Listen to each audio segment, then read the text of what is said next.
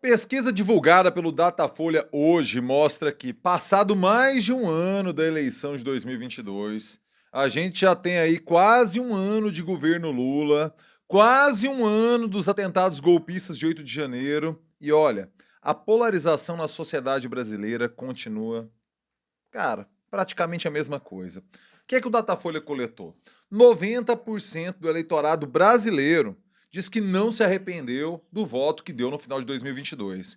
Veja você, com tudo que o governo fez, com todas as notícias envolvendo o governo, os 4 anos de governo Bolsonaro, o desgaste pós 8 de janeiro, nada disso serviu para que a esmagadora maioria das pessoas mudassem seu posicionamento daquele tomado lá em outubro de 2022. Veja quanta água já passou debaixo da ponte e a sociedade brasileira está polarizada igualzinho. E quer saber uma coisa? Vai demorar muito para que isso passe, veio para ficar, pelo menos por hora. O que acontece, cara? A grande obra comentada aí agora nesse final de ano, que o lançamento foi recentemente e está ganhando muito espaço no debate político brasileiro. O livro se chama O Segredo não, rapaz, A Biografia do Abismo. O livro foi escrito por dois caras muito respeitados, que eu uso muito, inclusive, aqui, leio muito os comentários, a análise, os posts deles, para elaborar os vídeos aqui no meu labor profissional. Um é o Thomas Trauman, ele é jornalista, ele trabalhou na comunicação do governo Dilma e atualmente escreve para a revista Veja e também escreve para o site Poder 360.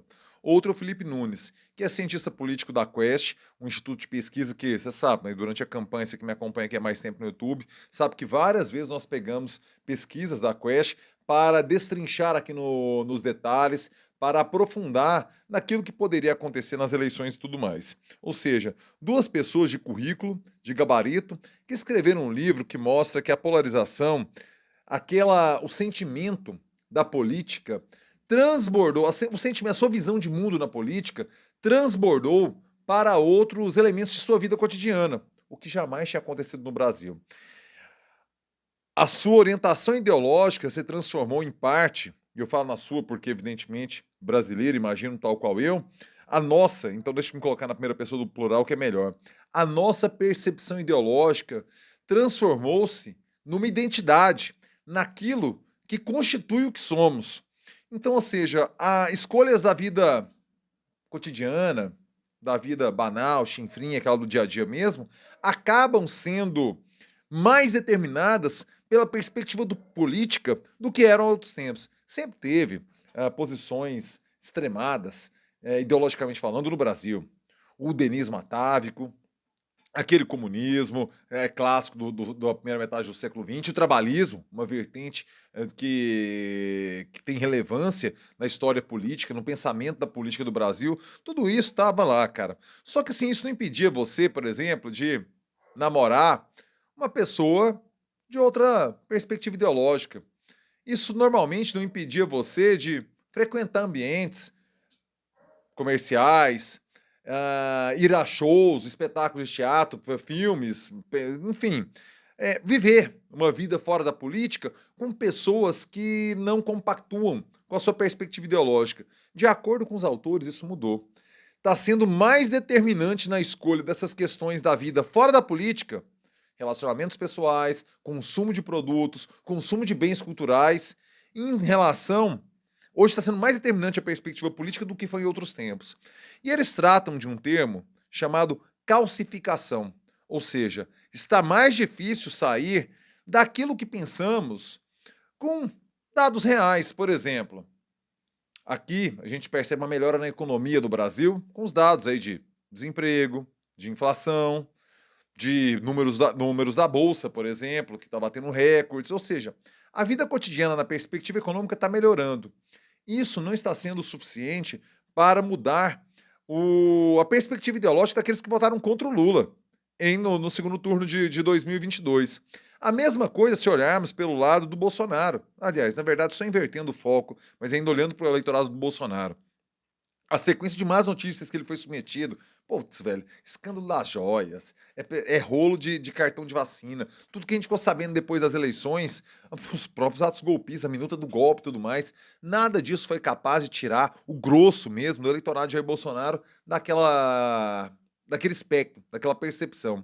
Tanto que 90% do eleitorado diz que não se arrepende do voto em Lula nem em Bolsonaro. Aí do universo ali que sobrou, 9% dos que votaram em Lula diz que mudaram de opinião e 7% dos que votaram em Bolsonaro diz que mudaram de opinião. Mas perceba um detalhe, meu velho. A margem de erro é de 2%, ou seja, está no limite da margem de erro. E claro, quem é governo sempre acaba arcando com um peso maior de desgaste pelo fato de estar com a caneta na mão. Rapaz, olha, parece que Felipe Nunes e Thomas Trauman acertaram bastante na ideia geral desse livro chamado A Biografia do Abismo.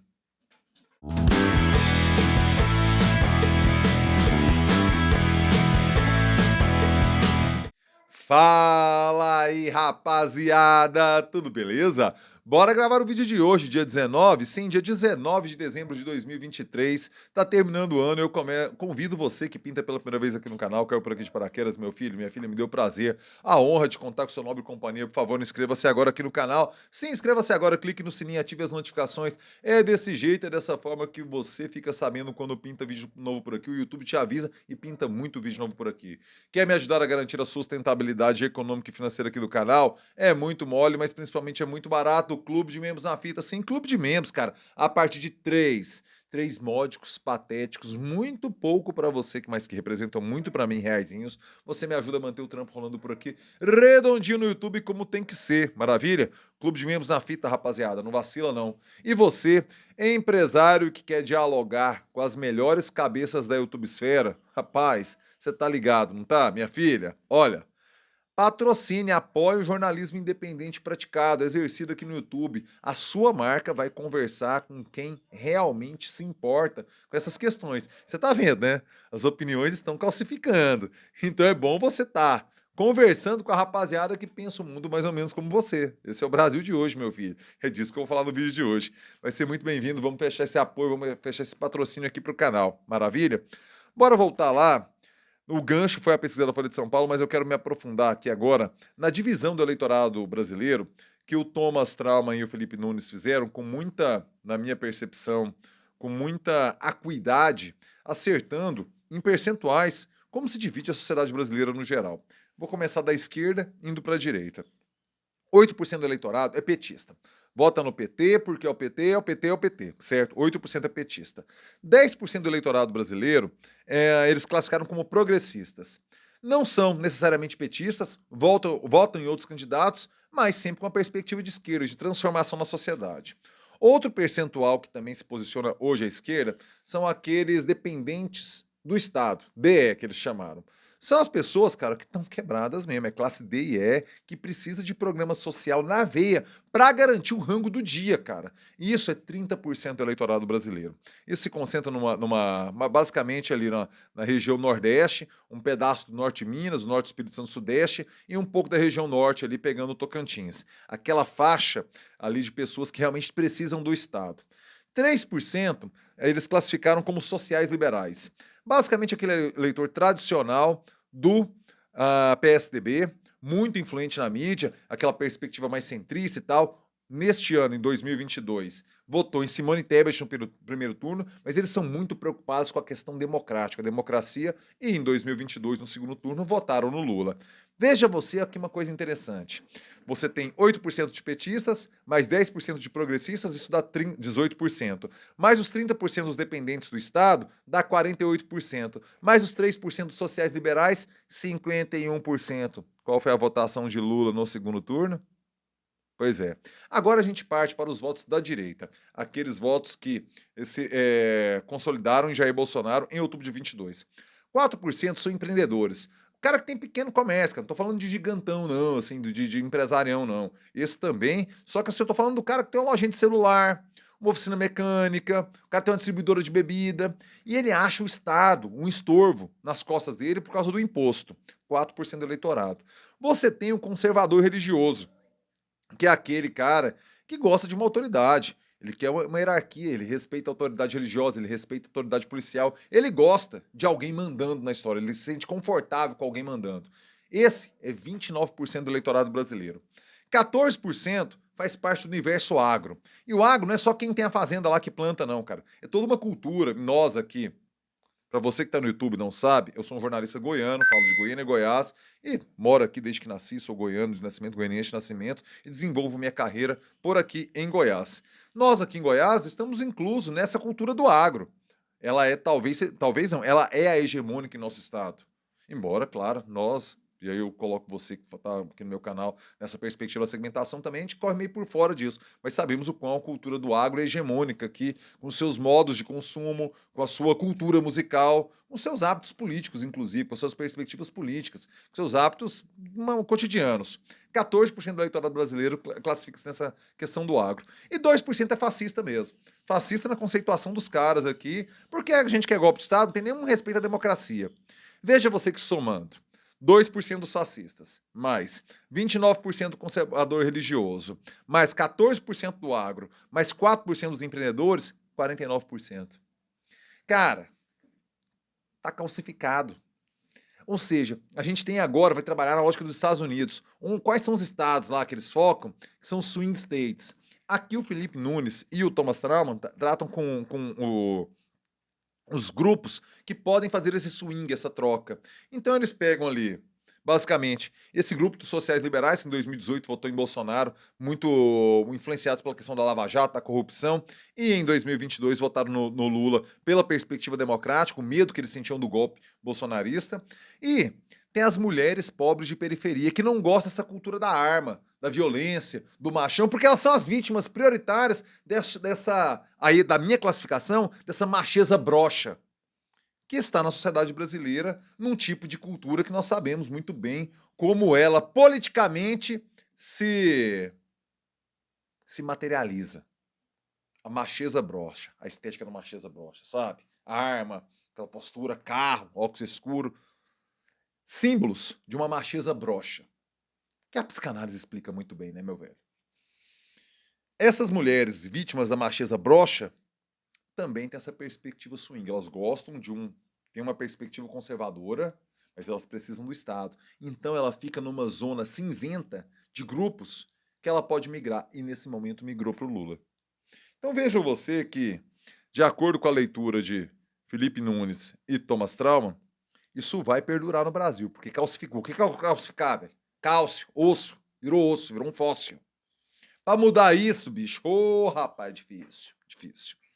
Então, ou seja, a eleição de 24, como o Lula falou recentemente, ela vai estar determinada ainda nessa perspectiva da polarização, bolsonarismo e PT, e lulismo, bolsonarismo e lulismo, para usar duas forças personificadas em duas figuras, bolsonarismo e lulismo. 2026, provavelmente vai passar por isso também. E a gente vai ficar ainda um período nesse tipo de polarização. É ruim para o país, isso não é bom. Por quê? Porque está muito na berola. Você não tem uma força política hegemônica. E a outra força política considera que a existência dessas pessoas coloca em risco a sua própria existência. Isso vale para os dois lados. Os valores mais caros, aquilo que constitui sua identidade, está em risco com o exercício do poder pelo outro grupo político. Isso é um risco tremendo para a perspectiva democrática. E nós vamos ter que lidar com isso por um bom tempo. Tá aí a pesquisa dos caras, o livro. O livro, inclusive, se você não leu, cara, recomendo demais. A Biografia do Abismo e a pesquisa da Datafolha, que nos dão subsídio. Tanto o livro quanto a pesquisa da Datafolha nos dá subsídio para que a gente perceba isso no dia a dia. E a gente vê isso nas nossas vidas cotidianas. Quero saber a sua opinião. Comentário aqui embaixo, diga-me o que você acha, diga-me o que você pensa. Chegou até aqui, like, meu filho. Joinha esperto, joinha que fortalece, joinha que faz o vídeo chegar mais longe. Aqui embaixo na descrição do vídeo tem uma resenha escrita pelo meu amigo Pedro Novaes, para você entender aqui o livro. Tem a pesquisa da Datafolha, aqui também as matérias da Folha de São Paulo. Então você leia as matérias para não ficar só em comentáriozinho aqui de YouTube, porque você é um puta de um vacilo, viu, cara? Tem que ler os trem, cara. Não fica só nisso aqui, não. Beleza? Rapaziada, já pedi like? Você quer ajudar, fortalecer com a sustentabilidade financeira e econômica aqui do canal. Já falei do clube de membros lá atrás. Tem o Valeu, essa gorjetinha aqui embaixo, Pay, valeu, gorjetinha na veia, gorjetinha na fita. E tem um Pix. O Pix é pablocosta@gmail.com. Pix. Mande seu Pix e fortaleça o trabalho do jornalista precarizado, rapaz. Estamos botando aqui as ideias aqui no YouTube. Precisamos do seu apoio aqui no YouTube, maravilha? Rapaziada, uma ótima terça e eu termino com um clássico. É nóis.